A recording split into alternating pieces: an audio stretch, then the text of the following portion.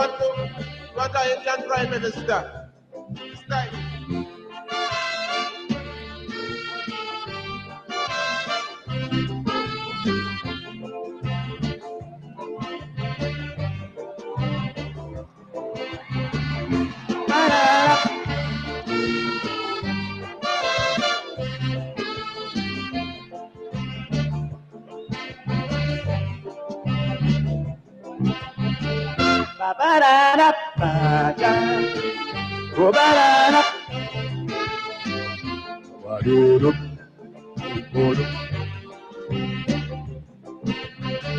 I smell something bad.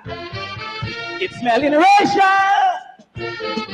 Would cause bacchanal or a big scandal. My friends, listen this.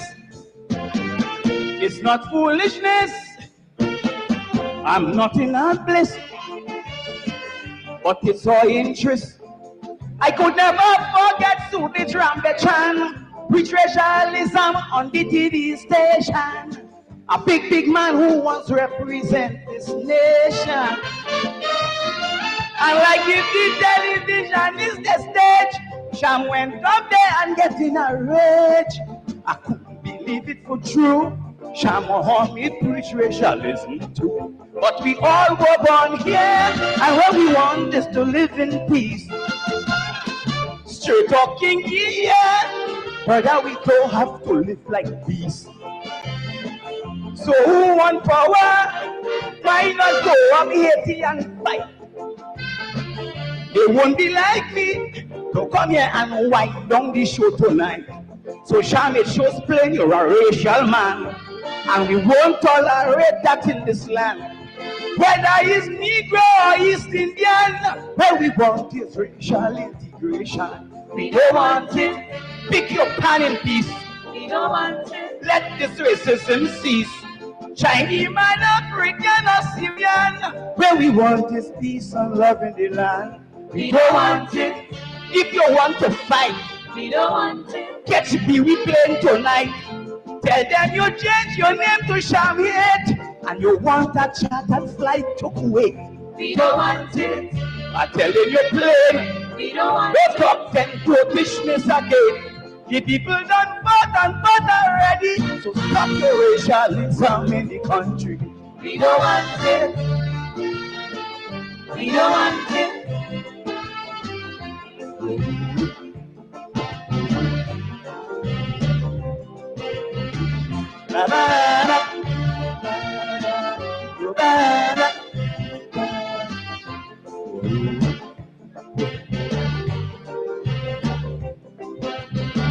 Sham, you're out of place.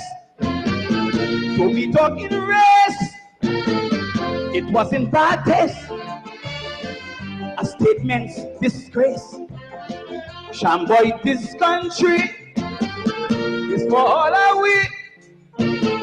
Black, white or Chinese, to dwell in harmony. So how the hell you could go in front of the camera and say it's time for an Indian Prime Minister? Like you wear no blasted respect for nigga. When what we really want is the most competent man to carry the burden of this nation. We ain't taking them talk for kicks. We go remember your statement in 96. Cause we all were born here, and what we want is to live in peace. It's very unfair to encourage people to live like peace. I'm sure people here will shake my hand and say they agree. The same racialism is way ahead to weaken in our party. So Sham, what you're trying to do to the land? You're trying to divide Negroes and Indians. But whether it's Syrian or Pakistan, what we want is racial integration. We don't want it. Pick your pan in peace. We don't want it. And let this racism cease. Chinese man, African or Syrian, where we want is peace and love in the land. We don't want it. If you want to fight, we don't want it. Catch me, we playing tonight. Tell them say Aisha, I'm a racial man, and I want a chartered flight to Iran. We don't want it. I tell you plain. We don't want Don't talk them racial thing again. The people done fought and fought already. So stop your racialism in the country. We don't want it. We don't want it.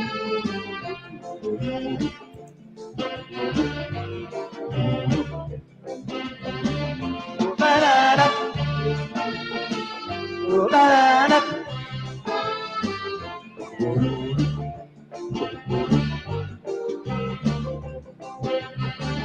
Me ain't get a chance when I sang from an entrance. Pressure make me dance.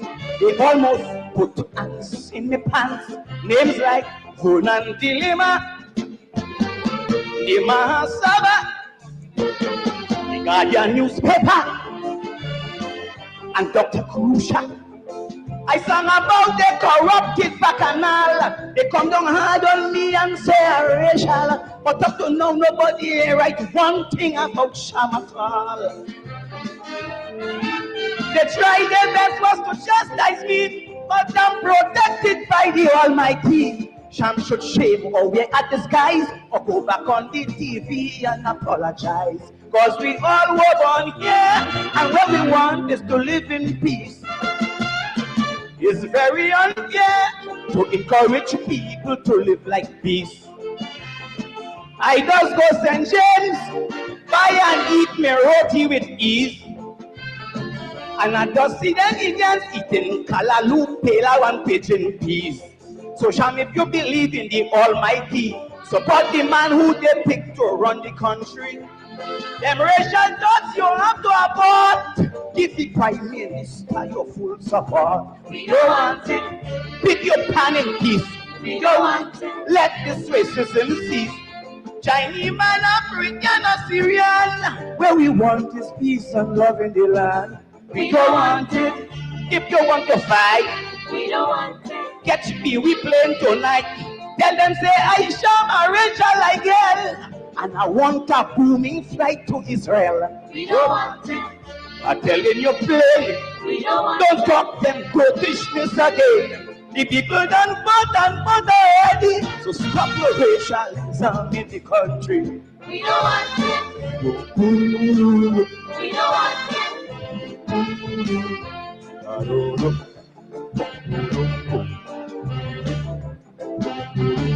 Banana. Banana.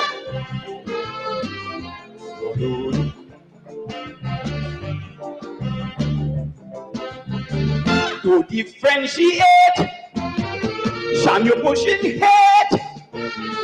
We might lose with hate and bust down your gate.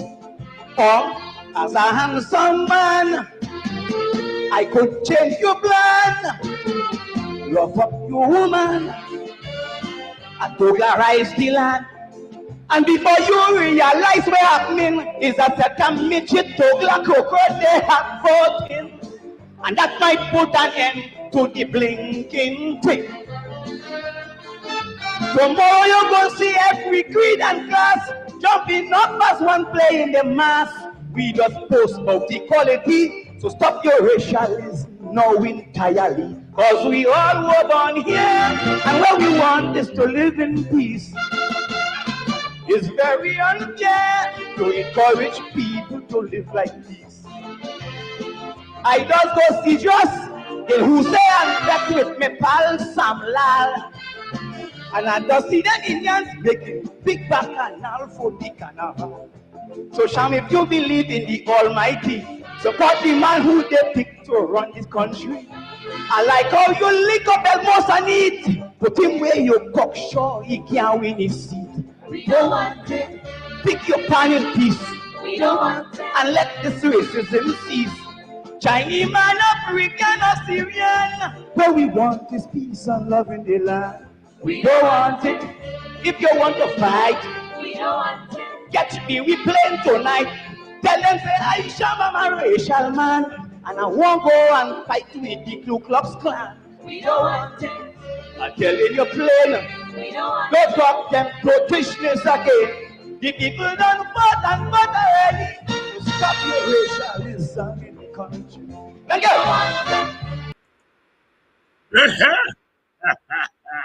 Kaiso, Kaiso, Kaiso, Kaiso.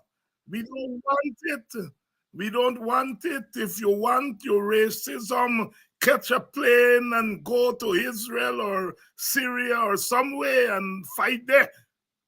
What we want is peace in Guyana because all we belong to that country and all of we have a right to enjoy that country. We don't want it. Orphan, we don't want it. We don't want your racism. Jack Dio, we don't want your racism. If you want for fight, catch American Airlines tonight and go and fight with the Ku Klux Klan. We don't want it. We don't, and we don't want it. Good evening to all of you. Diane from Washington, D.C., the nation's capital. I had the pleasure of meeting Diane when I think it was last year, and we had a little get-together for the WPA there, and she came by. And so many of you in the Washington, D.C., Maryland area, that's where my people are, peeps. Young people say peeps. That's where my peeps are. And Thanksgiving is coming up, you know. I'm not a big fan of what Thanksgiving means, but it allows time to go and hang with your family. And we'll be in the Washington, D.C. area. After all, it is my real home in the United States of America, because that's where my people, my mother migrated there. And so the usual thing, the clan followed. The clan followed. To all you people in Washington, D.C., Maryland area, Virginia, welcome to Politics 101. I'm on the air there on WEAA, Morgan State Radio, on the second Saturday of each month. Radio program there, Caribbean radio program, the second Saturday of each month at 2 p.m. I'm on there in WEAA on the Political Hour with Dr. David Hines. You know, I've been doing that program from 1997. 1997 to now is how many years? Lad, them is big. If they make a child then, I would have got grand picnic by now. 1997 though is what, 27 years I've been doing that program, and it's I dare say it's what I was about to say is the longest program that I've been associated, but that's not true. Carib Nation, all south of Washington, D.C. I started to host that program in 1995. So that's what, 29 years. I got my start there on the air in Washington, D.C. Caribbean Political Hour with Sister Claudette Lindsay and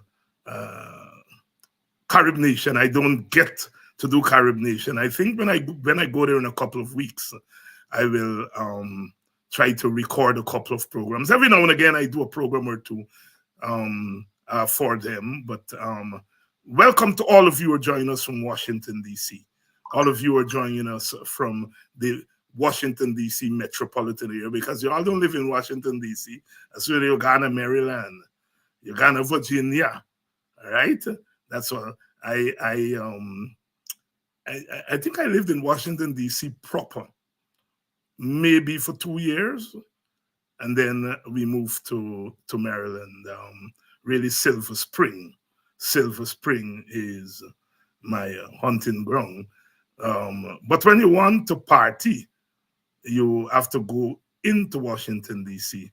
And I knew I had left. I knew I had left that area when a couple of years ago I drove down Washington, D.C. And Lord have mercy, that place changed up. As Black people move out to Virginia and Maryland, the white people move back into the city. And that place has now changed up. The black people call it gentrification, you know. But that's the story. That's the story. White people don't stay too long when black people move in. They move out and so on. The white people moved out of Washington, D.C. when black people moved there. And as black people move into Prince George's County and the other county, mainly Prince George's County, which is the richest black county in America, and Montgomery County, which is the richest white county, well, certainly one of them in America. Nigel, good evening to you. Nigel is joining you from Temple Hill. So Nigel, you're in the heart of Black Maryland there, Temple Hill, Maryland. My mom lives in the area, so I have to pass there when I go to visit my mother when I go to Washington, D.C. Good evening to all of you, all the fans in Washington, D.C., Maryland, the Virginia area. Virginia, Barbara, everybody coming out now. Barbara's in Virginia. So all my people, Maryland, Virginia, Washington, D.C., welcome to tonight's edition of Politics 101. All of you there in New York, the Bronx. I've been talking about the Bronx a lot recently.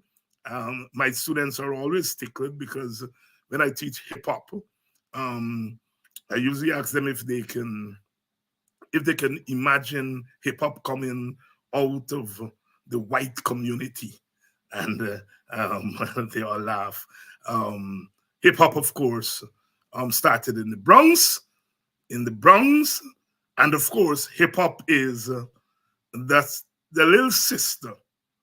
Some say the child, some say the little sister of reggae, because it was them West Indians in the basements, the West Indian in the basement parties who first start to rap, and out of that came hip hop. A lot of people don't realize that hip hop is the child or the little sister or the stepsister of reggae.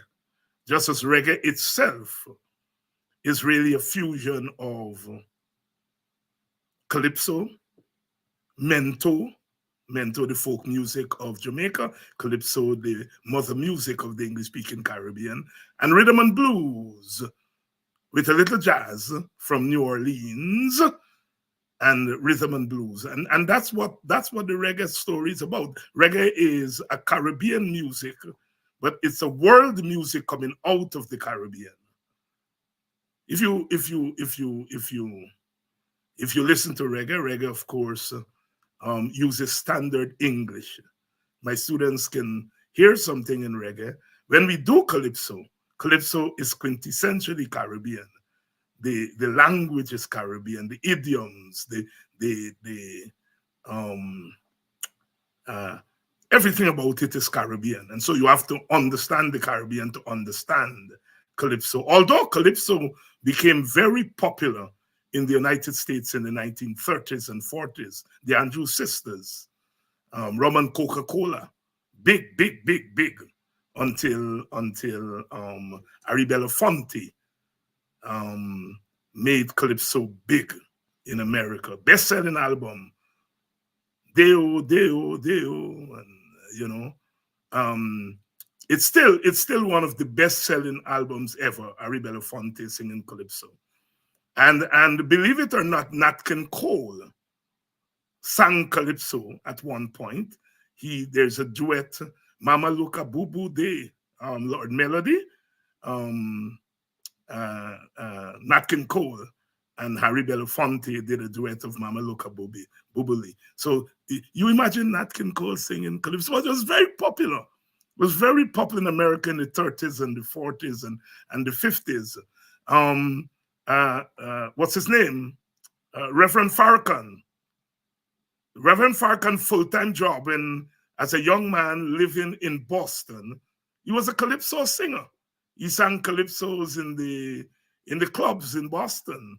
Of course, Reverend Farrakhan, his father is Jamaican, his mother is Caucasian, so he's very much Caribbean.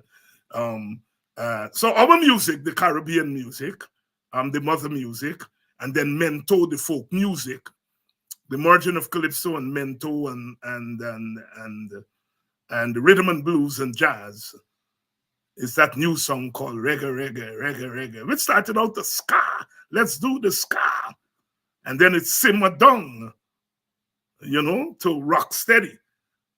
Bob Marley's and the Wailers, the biggest hit, the first big hit, was Simmer Down.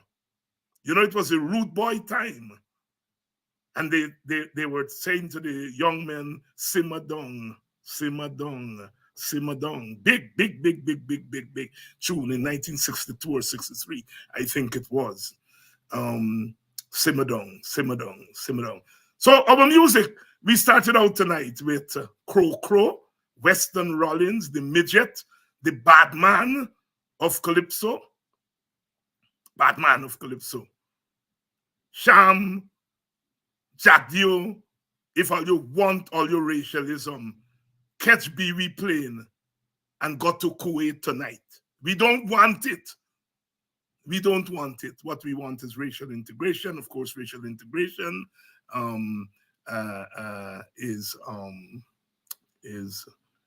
must be based on racial unity. Joe Nkrumah, you see, this is why I love being West Indian. Identity is important, eh? You people and what you identify with. And I remember when I first entered a US university in 1980. God, you all know me age now. 1980. And there was a Jamaican professor. It was a sociology class. They ask you which country you come. He said, Guyana. I said, yes. He said, the only place that you go to in the middle of the day, the sun, hot, hot, hot, hot, hot, hot. And a man there by Stabrook Market reciting Shakespeare word for word. He said the only place you go and people reciting poetry word for word any time of day, any time of night. And they're not poets, they're not scholars. God, they're killing me, Guyana. Jomo, you're right. Lee Scratch Perry played a big role in simmering down. Yes, Lee Scratch Perry. Everything started from scratch. Had a big thing to do with Marley. When the Wailers spent some time with Lee Scratch Perry, that was the best time for the Wailers. Lee Scratch Perry was a genius. He take a thing and he knock it and he create a sound, and he get a little white rum there and he do his thing. And he said, everything start from scratch. And I saw Jah, and Jah talked about the music, and that music is reggae music. Everything start from scratch. Lee Scratch Perry had a big influence on Bob Marley, big influence. Lee Scratch Perry. Another person who had a big influence on Bob Marley was Mortimer Plano. Mortimer Plano, who was one of the high priests of the Rastafarian movement in the 1960s and 70s. And he took Bob under his wings and taught Bob everything Bob knew about Rastafarianism. And that's when Bob was accepted by the Black community, because he was rejected as half-white. Half-white. He will cousin them, giving you all the work to do, you got ride the donkey and thing and so on. And so he was rejected, and he wrote and did a song, his first recorded song, Judge Not. Judge Not, in which he's asking Black Jamaicans not to judge him because he's half-white. Judge Not, Judge Not. His first recorded song, I think it was 1961. Judge Not. And then later on, he would be rejected by his white family. He went to borrow some money from them. Never met his father. The father go, the father died in 1957. So Bob never met him, white man. And he went to the family, the Marley company. There was a big company. They owned laundromat and construction. They were big into construction. And he went to borrow some money, and they chased him. They said, "I don't know about any Black Marley." And he wrote a song about that. Cornerstone. The song, "The stone that the builder refused shall be the head cornerstone." And that's the thing about Marley. At every step of the way, he wrote something about his experience. Of course, he migrated to Trenchtown, which is the home of reggae music. The home of reggae music. And he writes Trenchtown Rock. Trenchtown Rock. And then he migrated to Wilmington, Delaware, where his mother had migrated to. And he spent a year or two there. He used to clean the floor in a hotel. And he also worked in a car manufacturer, a car company, manufacturing car. And he worked the night shift. And he used to drive a forklift. Well, you all know that song. It's all right. Working on the night shift, driving a forklift. You all get me going here, you know. My Jomo, you remember Steer It Up? Steer It Up. My students call it Stir It Up. I tell them it's the same both hand too. Steer It Up, which he wrote for Rita Marley.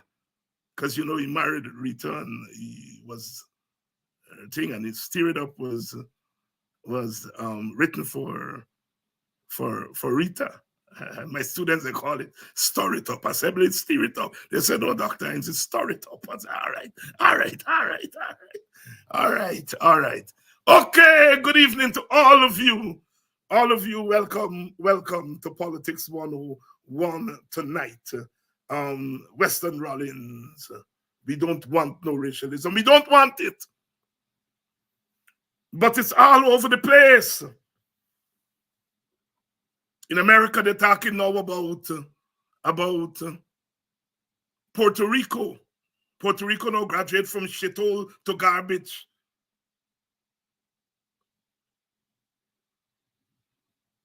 Racism.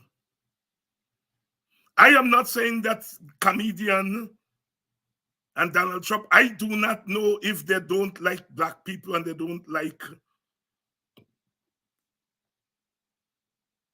Latino and other non-white people. I don't know. I'm not in their heads. Just the other day, Trump said that Black people, Haitians, eating people, dog and cat. If you're eating dog and cat, then you are not human beings. I am not saying that these chaps are racist. A racist is one who believes in the superiority of his or her race. I do not know that. I'm not in their heads. What I do know is that they excuse racism. What I do know is that they appeal to racist sentiments. What I do know is that it happens. One of the videos I like to show my class when I'm teaching, I teach a class called Race and Racism in the African Diaspora.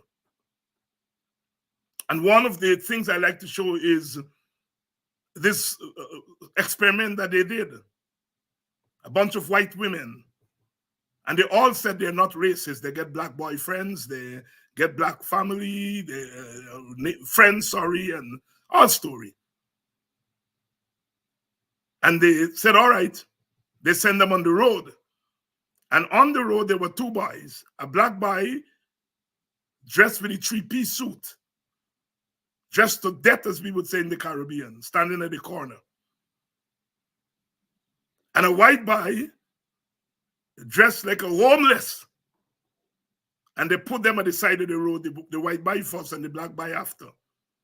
And all these ladies who were swearing inside that they're not racist, they passed the white boy dressed like a bum, looking like a bum,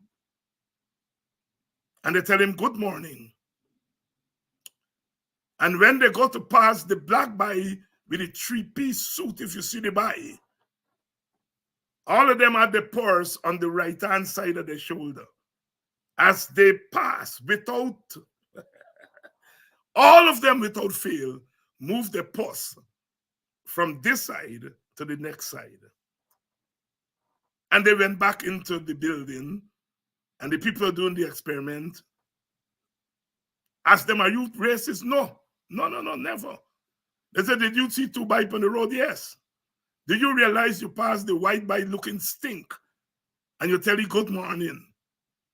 And when you pass the black bike looking nice and dress up nice, your first thing was to move your purse from the side of your shoulder, put it on the next side, and you didn't even tell the bike howdy. You didn't even look in the direction." They all doubted it. And when they were shown the video, unconscious racism, unconscious racism. The vast majority of anti-black racists are unconscious. There are those who do it consciously, who said that black people are inferior. It's conscious. Not a lot of them, it's unconscious. A lot of them is unconscious, but it's there. It's there.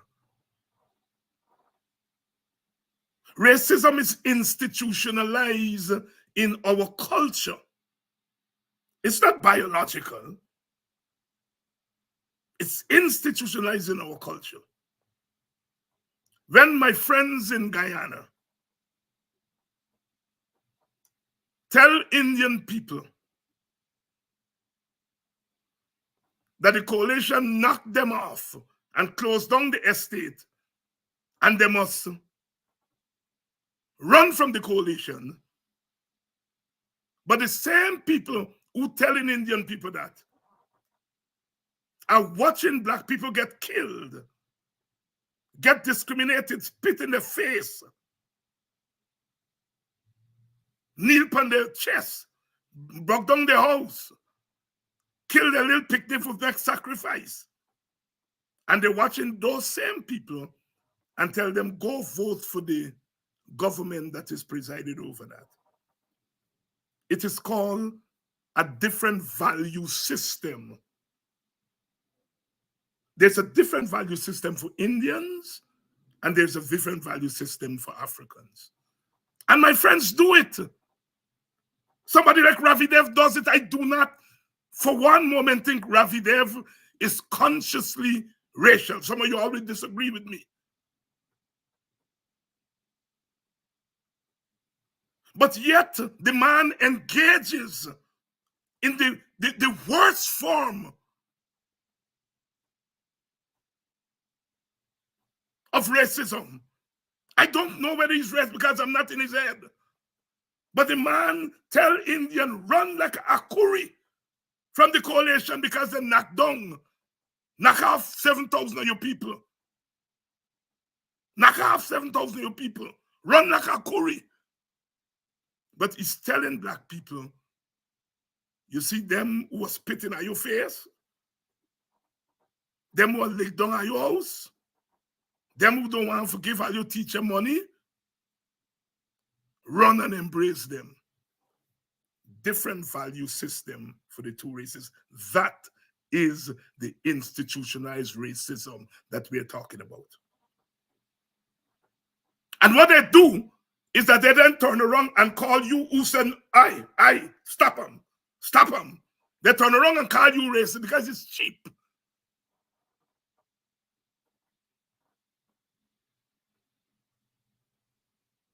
Croco saying the Calypso, have respect for nigger. They don't. They do not have respect for black people.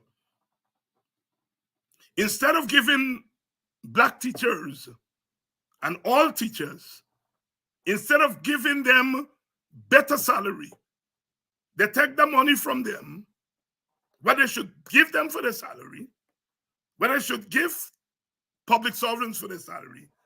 They take the money, divide them up in $40,000, and then take some poor black women and say, take this money and go clean a trench. Take this money and go and clean trench. and then come to me and tell you about goal. You give couple online scholarship to couple black people, and you go, and you're not talking about the black women that you are putting for clean trench, nasty trench. That is racism. That is institutionalized racism. You take our little brothers, you criminalize them, and then you call them and say, look, we ain't gonna send you all to jail. Here's what we want you to do. Here is $2 million. This is a contract we're giving you. Are you gonna take this $2 million? Are you gonna do some road in Sophia? But are you gonna buy the material from Sham? And you are gonna give Freedom House a donation.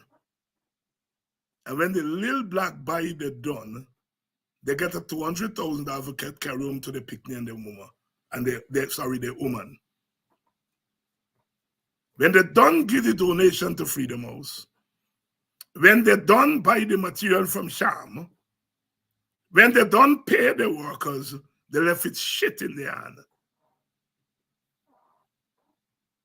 In the first place, if you come up with a scheme like that, and I understand Jack Diodos be sitting down in these meetings directing this thing. BJ get plenty meaning. BJ does be sitting down and directing. Somebody buys, they tell me. BJ does be sitting and directing these things. The fact that you can think of doing that to human beings mean that you don't believe those people are human beings. You don't believe they're human beings. Thomas Jefferson, wrote a little book called Notes on the State of Virginia. Notes on the State of Virginia. 1781, he wrote a book. A little book. It's a travel book talking about how good it's nice in Virginia and so on. It's not a political book. But in the book, he theorized about human beings. He said white people are the standard by which you measure human beings and humanity. And Native Indians, secondly, he said, are really white people in brown skin. And they could be civilized. And then he said, black people are inferior in body and mind. But he said, I want science to prove me wrong or prove me right. Well, not prove me wrong. He wants science to prove him right. So he's the first really American to theorize about race. White people, out of it came the manifest destiny theory, that white people were taking the lands from Native Indians, not because they're greedy, but because God ordained them, because they know what to do with the land. Native Indians were hunters and gatherers, and that white people were going to develop the land. And so therefore they have to take the land from the Indians. Eventually they did it by law. The Indian Removal Act passed by Congress and pushed the Indian people to the west in the Trail of Tears. But black people are inferior in body and mind, and science must prove it. And let's get to work. Samuel Morton, I must read them up. Josiah Nutt. They are the biggest collection of skulls. And they measure the skull them. White man's skull short, black man's skull long, monkey skull long. So black man is closer to monkey. So he's a barbarian, he's a savage. And white people are civilized. That was the science of the 19th century. Samuel Morton, Josiah Nutt, they wrote a book called Types of Mankind. And you look them up, if I believe my lie. And you look them up, Types of Mankind. And the first people who buy the book, because the book said black people are inferior. And the first people who buy the book was the Department of State. The State Department, you call it now. They buy hundreds of copies of the book, Types of Mankind, edited by Samuel Morton. Louis Agassiz was a Swiss man. When he came here, he said, all men are created equal, including black people. By the time he spent five years in America, he changed his mind. He said, all men are created equal, but some people are written out of what it means to be a man, a human being.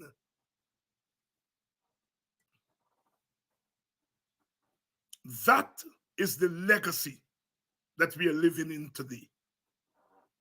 As Guyana and his wife in a book called Scars of Bondage, I quote Guyana and a UC Guyana called Scars of Bondage. They argue that what black people are experiencing today is not necessarily the actual bondage, but we are suffering the scars of bondage. In Guyana, we are suffering both the scars of bondage and a new type of bondage.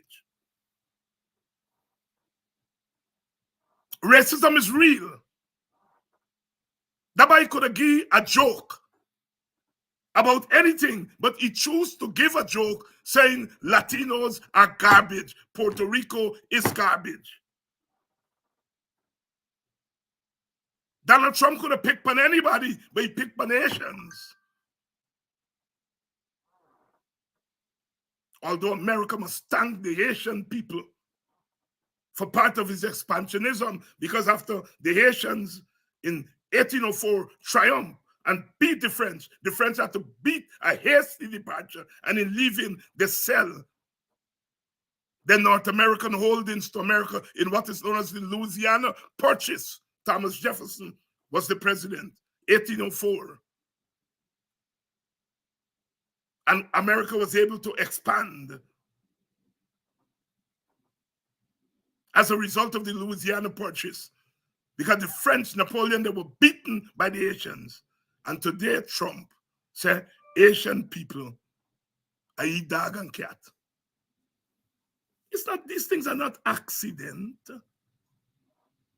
It is not accident that there's a resurgence of the hungry belly black man in Guyana. It's now normalized. Normalized hungry belly black man. People of my age group knew it was there. You heard whispers of it. You know, me auntie always tell me, when you go, they go always, "How better come eat?" And she always tell me, tell them, I will just cook home every day. I didn't realize then at first what she meant. But as I start moving around, I start hearing things like hungry belly black man in the black community, and I realized my auntie had a sense of it. But it wasn't widespread. One Indian people used to say it. But now it has become widespread and normalized, and we must ask why.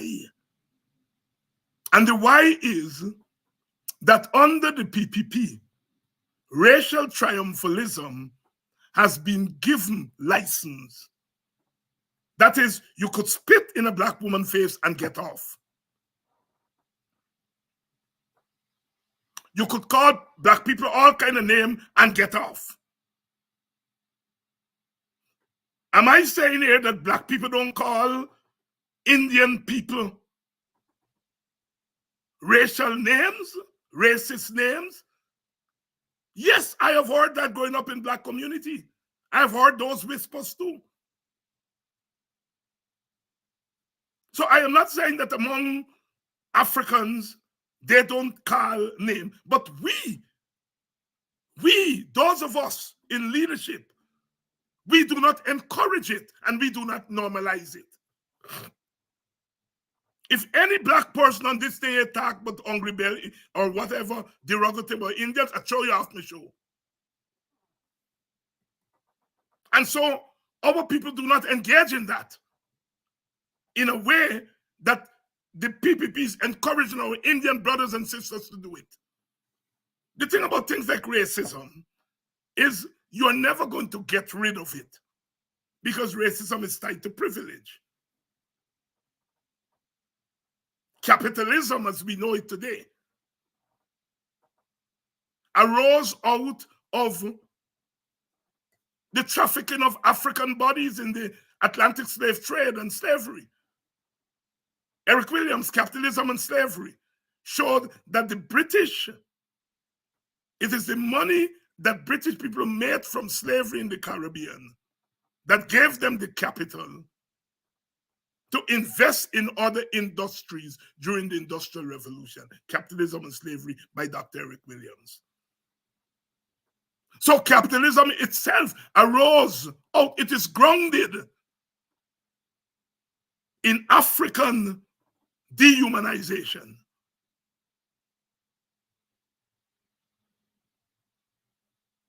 The wealth that France has today came out mostly from Haiti. Haiti was the richest sugar colony up until the Revolution of 1804. And then, of course, we know that the French turned up there in 1825 with gunboats backed by the Americans and demanded that the Haitians repay them for all the money they lost between 1804 and 1825. And the Haitians took another 100 years to pay that money off to them. The equivalent, some economists put it anywhere from 30 billion today money to $50 billion US dollar.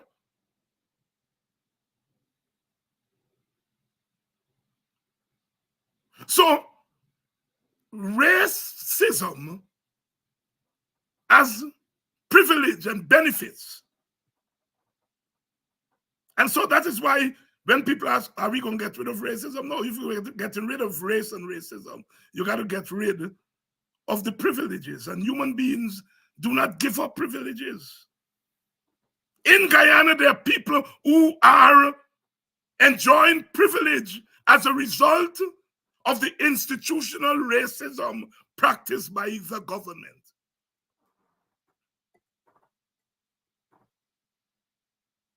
A government by itself can't be racist because a government is not a human being. But a government can govern by policies that are grounded in racial prejudice and racial discrimination.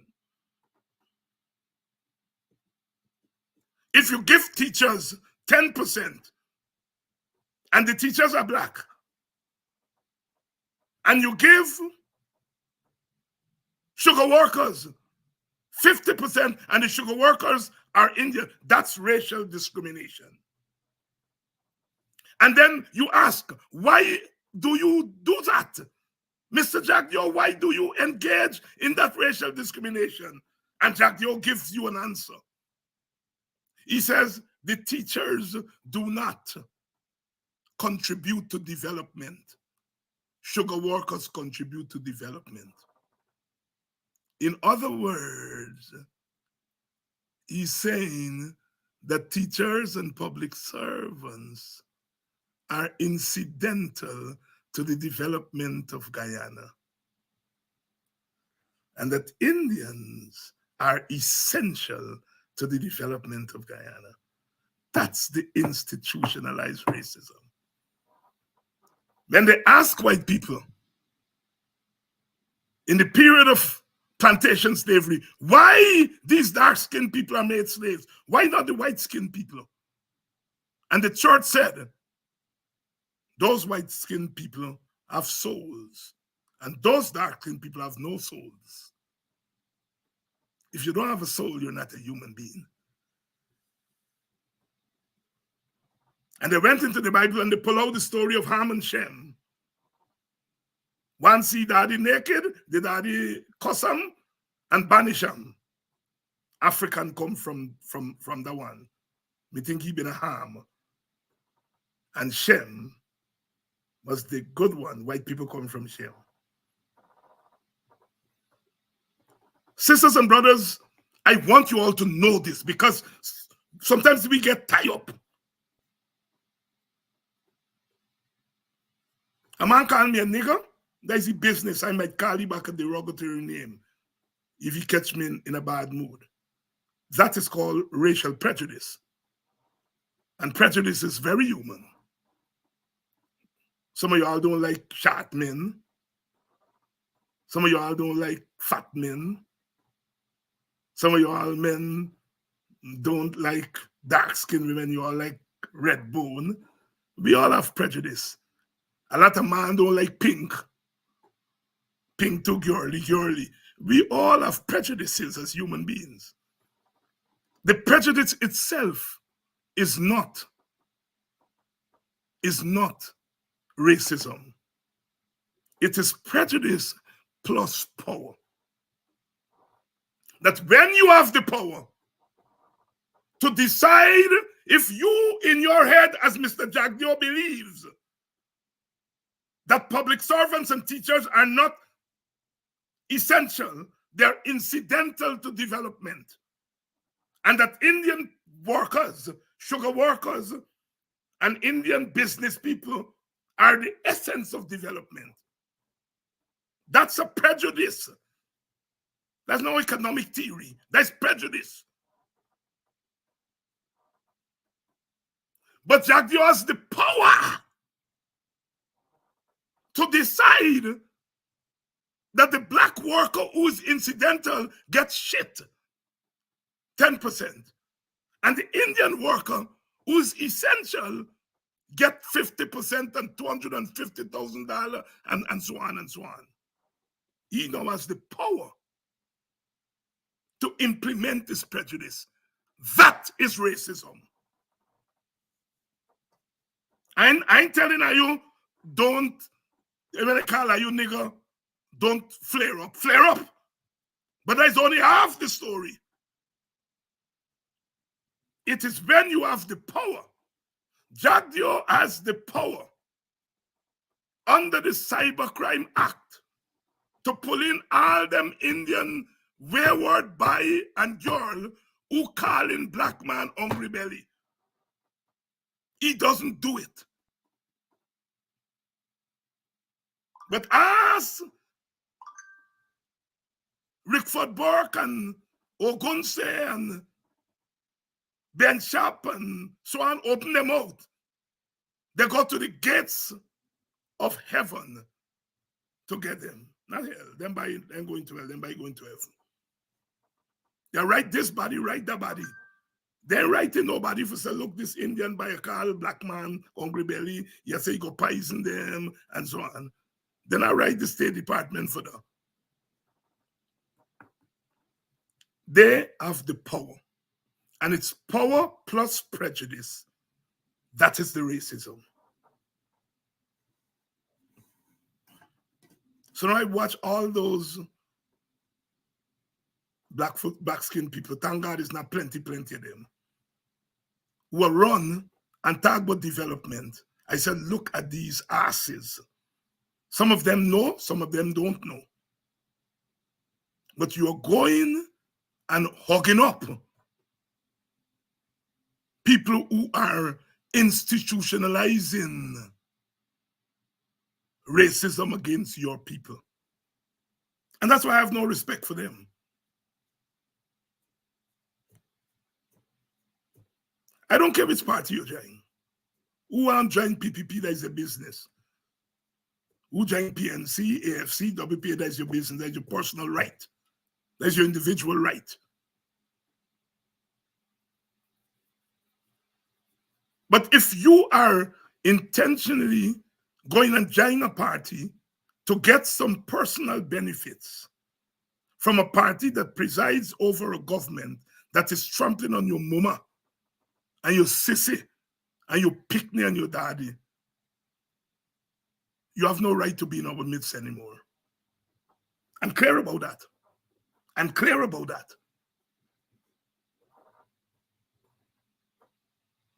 We should not want those people in our midst anymore.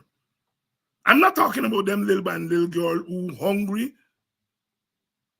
and you give them a little $40 for going to clean the trench and you're dressing them up in red jersey. I give them a pass because people are taking advantage of them.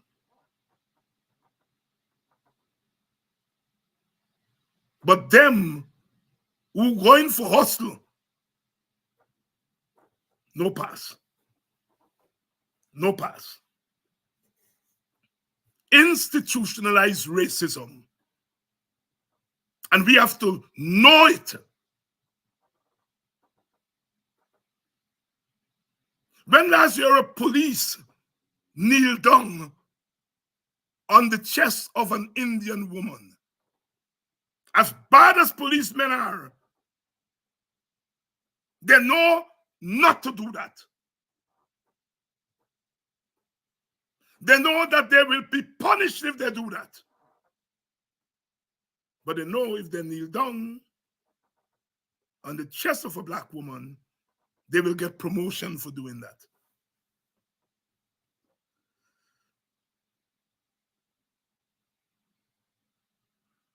When last you hear police go in the house of an Indian man and shoot in the presence of his wife and picnic? No. The police will know not to do that. Because your own Matty black man would call you a murderer. Because black people know murder when murder is, because they've been the victims of it. So if a black police go and murder an Indian man, they're going to get sympathy from the black community, even though that policeman is black. Because as victims of police murder, they know what it is. And part of what angers me with Guyana today is the way in which the PPP is socializing Indians to lose their humanity. To watch Africans suffering and tell them they're responsible for it. To watch African poverty and say African people don't like work, that's why they're poor. To watch African poverty and say their foreparents buy land and plant cassava and Eda and Tanya. Then I plant rice. And because they do that, are you poor? Difference.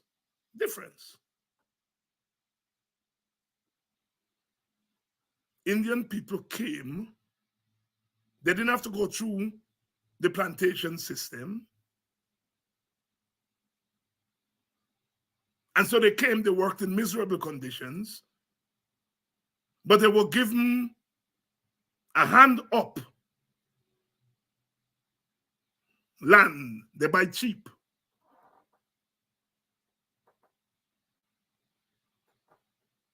Black people came out of slavery with nothing. Not even a Jaji bundle. And they created a miracle. In 4 years, they pulled their money together and buy land. And if you put out on the street with nothing to eat, and you buy land, what the first thing you do?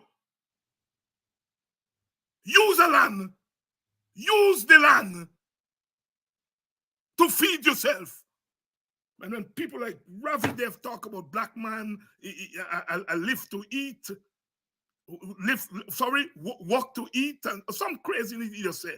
I think that if you get put out on the street with nothing to eat and you get land, what is the first thing you do as a human being? You plant food to eat.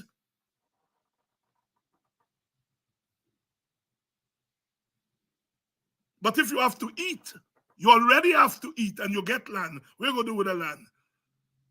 Plant. Some you take them and eat them, and the rest you take them and sell them. It is a difference in the conditions that influence the different choices by the different groups. But Ravi Dev and them are saying black man choice was made because black man stupid. Indian male a choice because Indian get money sense. Black man get money sense. Black man sense. Black man a ground dove. Indian people are eagle. That is what they're saying. And Ravi, if you're listening, this is your friend David Hines. I still love you, but you don't love black people. And I have to tell you and tell black people what you are doing.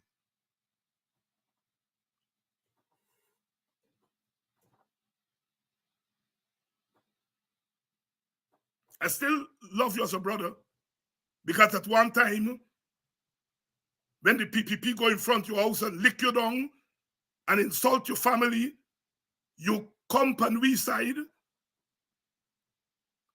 You went to the Square the Revolution, you spoke at Ronald Reagan funeral. I got to let me people know the facts. There was a time when you were on our side. But with the coming of oil, you want to chatelize black people. And you're doing it with nice fancy theories.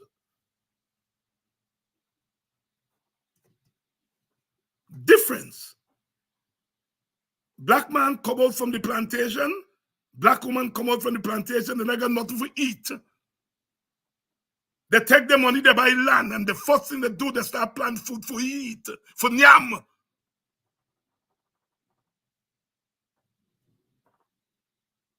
Indian people didn't have that problem.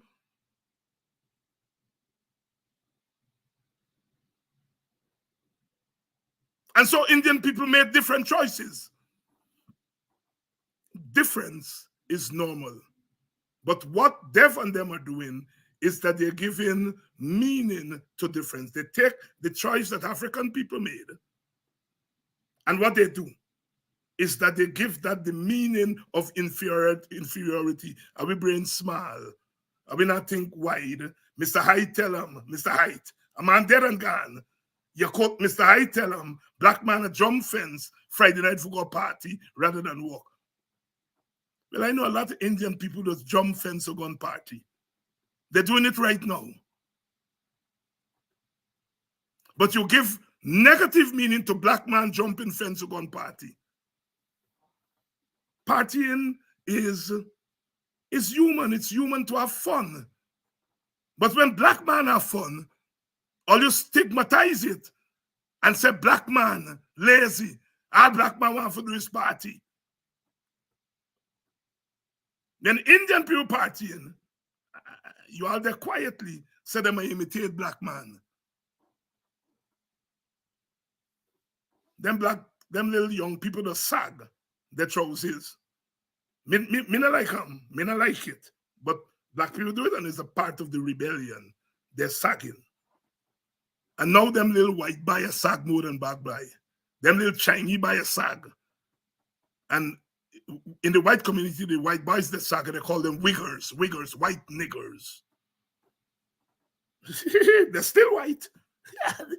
they may engage in niggerized behavior, but they're still white. They're still white. So when you now get them Indian bad boys, I play the music more loud than black boy. Them a party more than black boy. And Bial, they might do themselves. They're whispering in the Indian community that they are imitating black man. No, they're not imitating black man. Or you give them the license. The government give them the license to be bad boys and bad girls. And now they turn bad boy and bad girl. Are you saying it's black man I'm copying from? No, they're copying from black man. It always was in them because they're human beings. It's now coming out because the conditions allow it to come out. But you all are blaming black man for influencing them little Indian boy. No.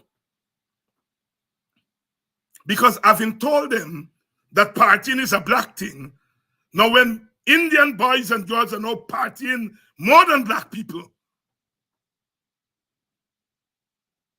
all you got to change the narrative. And I just said, well, we black people just do it too, you know. They don't believe we don't do it. When we see them white boy playing basketball, you know, say, you get black blood in me. When you see white boy sing Eminem, you write the name, know what rap and thing. You say, Eminem got to get black blood in me. We do it too. So I'm not saying that we don't do it, but we do not have the power to institutionalize our prejudices.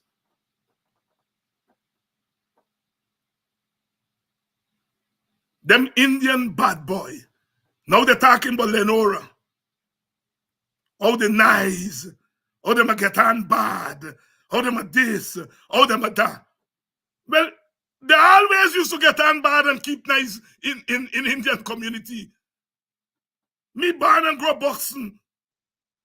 I mean, no, they always a make nice and keep nice and chat speak. But noise was always a black thing. So when Indian people make nice, nobody not think. Police not go there and tell them tone down, simmer down. Noise was black. So now nice turn Indian. And Ravi Dev, they can't deal with it. And they send, who they send? Lenora, the acting police chief, a black man. Go, they go cool down, cool the people. They might tell them, go, cool down, cool the people. All of a sudden, the people at Lenora turn cool the people.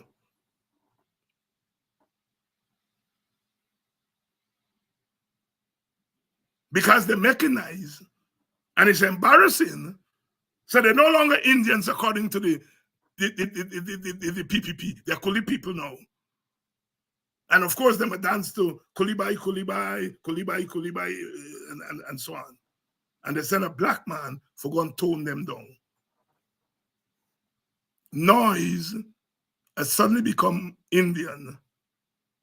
And next thing we're going to hear is black people left Denhamstel and Stroudsville and gone keeping nice in Lenora. The point I am making is that noisiness. I know why black people just make noise. For 400 years, they couldn't make no noise. For 400 years, they couldn't say, So when black man make noise now is a form of liberation. I mean, music is not, I mean, music loud. Because there was a time when we couldn't play music, we couldn't do anything loud. So loudness arises out of our liberation. The noise that Indian people are making it now is part of a triumphalist ethos that the PPP has introduced. And we can do anything. And we can make noise, and we can lick down, and nothing will happen. Them black man will come, and then we go give them a little small piece.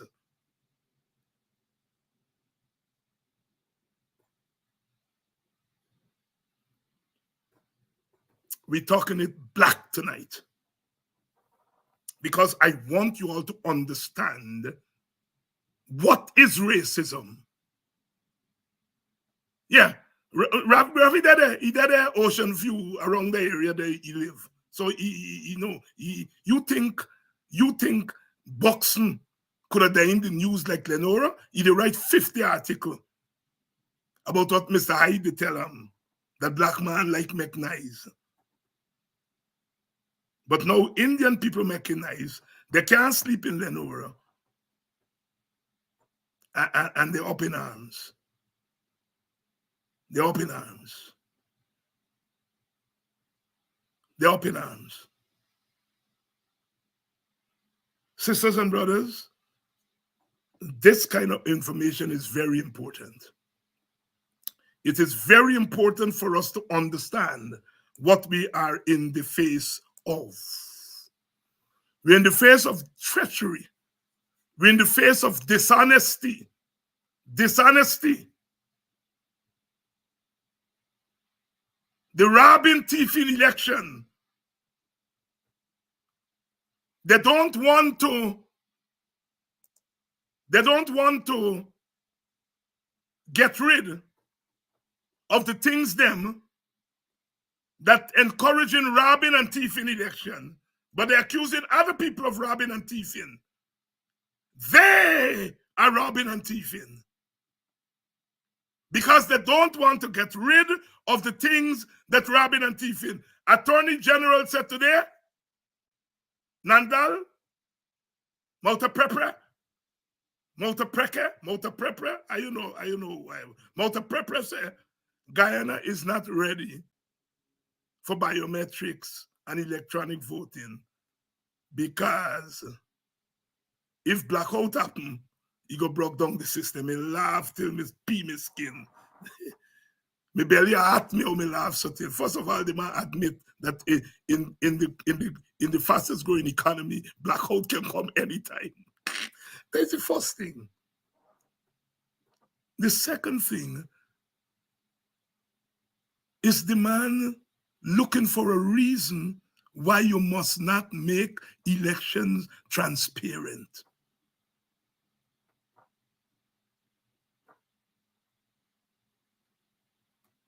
No biometrics, he said, are we not ready? Are we not ready for thing? And voters list? Are we going to go with the voters list 2 times the population because of the same voters list we used last year and the year before and the decade before? That's their excuse. If you been in my class, me they put them out. Me won't even give you a grade.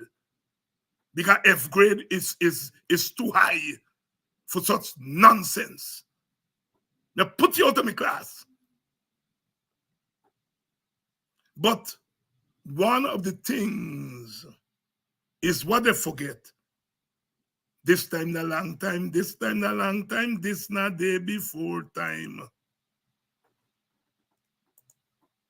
This time na long time. They are on record. They are on record. They are on record. They are on record. This time, not a long time. We are going to argue for several changes at GCOM. First of all, we believe that Surge Valley does not have what it takes to deliver free and fair elections. And this is since the last election? Yes, we believe that he has succumbed to pressure, that he has allowed this institution to act in a partisan manner, and he is in charge. He can't put the blame on the chief elections officer. He's in charge of GCOM, and therefore the party has called for him to resign. But further to that, we need to make sure that the list is cleaned up so that people, the abuse that we had, where when you had sympathetic presiding officers to the opposition, allowing people who should not have voted to vote because they had extra ballots for people who had migrated and were or are dead in the polling stations, that if you have a new clean list, that will minimize that happening because they would not have the ballots in the polling station. Secondly, we need enhanced biometrics, because when some presiding officers said, like we had some cases in Victoria, this is Mr. X, just looking at the photo, and the polling agent from the party sits across the room or is in a hostile area, is afraid to object.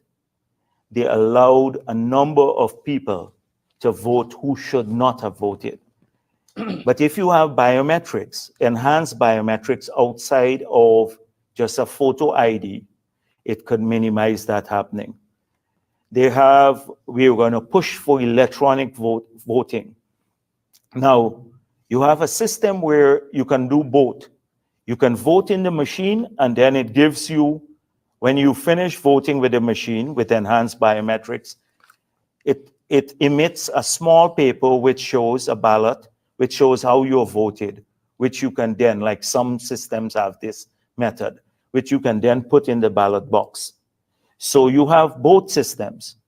You can only access the voting through enhanced biometrics, like an iris scan, but you safeguard against presiding officers or anyone else acting capriciously and giving extra ballots out to people.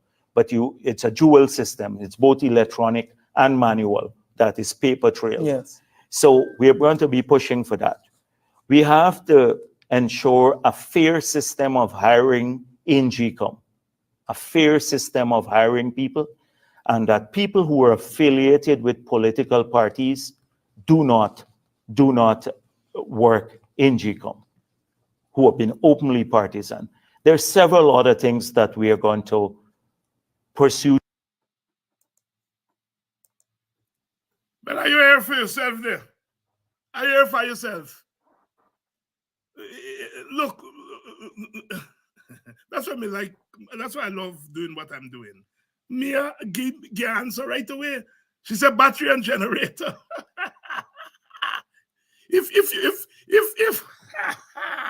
if Nandlal say blackout go come, so you can't use them. Well, you get plenty money. We're the richest country in the world. Buy battery and generator. So if so this story get melody. And if it wasn't serious, we would have laughed out hard. But asking Titna laugh. Mia get the thing right. A big man says he's a liar. I represent people and represent this country. And make such a stupid argument. But if you black out and you electricity, where you get battery and generator for? Jackass. But are you a Jadio? He belong to the PNC, you know. Are you know that? He belong to the AFC. He belong to the WPA. The very things that we are calling for, that's what the man calling for. More forcefully. But of course, that was when they were not in power. The lying, stinking,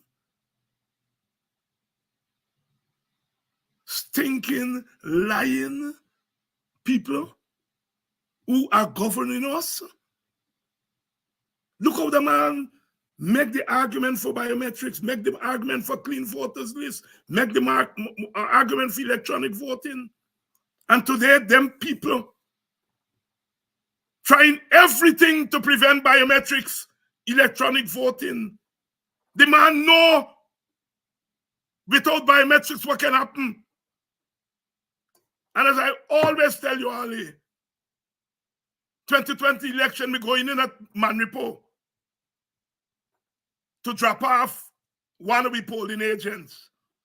I was in the car with two brothers. One of them dead now, but one is still alive. And we see the big commotion. Me put my head out, me ask, some people tell me they catch one by. One of you boxing girls them, catch one by. I go back for vote 2 times. And they raise the alarm. And Amna Ali and we name again Basil go down there and confront them. Well, Basil and Amna the gone when me are passing now. Nandlal see me. He said, look, that time say he's a decent man. He's a decent man. Let me talk to me. Then by didn't want me come out to the car. But me go out to the car and me go, me say, what happened, Anil? He said, well, man, they said this by the catchy with thing, but he make an honest mistake. It's an honest mistake he make. And we can settle this thing between the parties. I was trying to tell Anil that I'm not there, but she don't want to listen to me. So can we talk to them now? let me settle this thing at the party. He admit that the buy go back for vote maybe a third time, but at the guy catch him. He admit. But what he wanted was to settle the thing between the two parties. And I'm not cuss him out and say, Anil, your name a call. So he said, me want decent buy. They talk to me. For me, talk to Amna and Basil. For tell them the thing can settle. So the PPP knows how to rig with a voters list, how to rig with people ID. They know the story going, that's what they intend to do. And we must intend to stop them from doing it. Even if it means stopping the election. Even if it means stopping the election.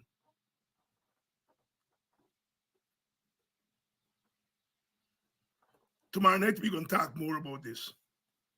Tomorrow night, we're going to talk more about this. Because this is an interesting development. Interesting development. Interesting. I am hearing the numbers for Indian people is 36%. African people remain at around 29-30%. But you all know most of the mixed people identify as African. So with 30 plus, another 20% of the mixed people, the numbers in the census are in the opposition favor. The PPP, even if they get all the Indian votes, 36%, they got 14% to get to 50. And even if they get all the Amerindian vote, they still can't get 50. So the way to get 50 is to do the impossible, which is try to get black people vote, which ain't gonna happen. So the next best thing is to suppress the black vote. That is to get black people not to go out. The next thing is to get them immigrants and to pad the list with immigrants. The next thing is to take the $500 what they're giving out as cash grant and pay Indian people passage. Because if you come home for Christmas and you come home for the T20 thing this month in, you already get $500 you're going to get. You get a ticket for $700 from Brooklyn or wherever, JFK, sorry. You pay $800, you come home, you get $500 from the cash grant, the cash handout, and then you got Freedom House and they give you the rest. So you're really paying money for come home. And you're going to register, you're going to bloat up the list, and then them ID what you get, because you have to get the ID for collect the money. When you go away, are you left ID with away? And then they go get them by. They get 5 Dindial, 5 Mukesh, with one name in the Indian community. And they will give them Dindial. They go give you 10 ID card, you go vote 10 times for Dindial. That is their plan. They cannot win based on the numbers. And because some of us are advocating, you see me, when I say, me ain't going after no crossover, me want the base, mainly African Guyanese, to come out and vote. And the more we come out and vote, the less the PPP will able to get votes just based on the statistic of their community.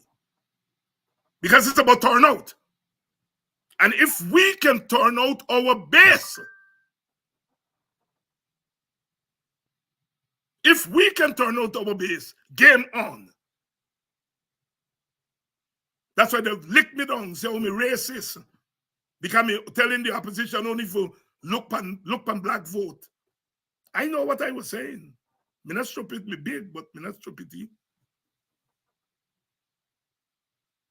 They fear enhanced black turnout. They fear that. Indians just turn out. We know that. And what I want is the black people turn out to equal Indian people turn out. Game on. Game on. The next thing for them now to thief. And that is what they're gearing up to. So, $100,000, what some of you jump up for?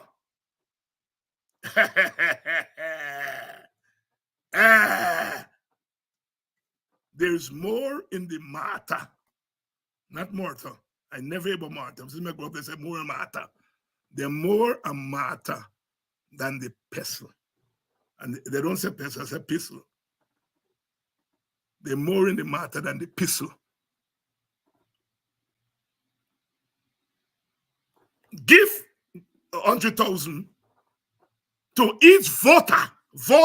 They're not interested in non-voter. They're interested in some little girl, 16, 17 year old with 2 picnic. They're interested because she can't vote.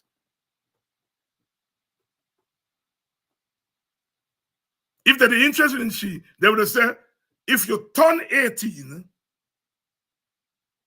at the end of December 31st, 2025, then you would have said, well, they're thinking about people beyond just a regular voter. But if you turn 18 December, the election done gone. They're not benefiting from you. So their plan is to use the cash handouts to bloat up the voters list more. The more bloated the list, the more residual votes you have to thief. The more extra vote you get for thief.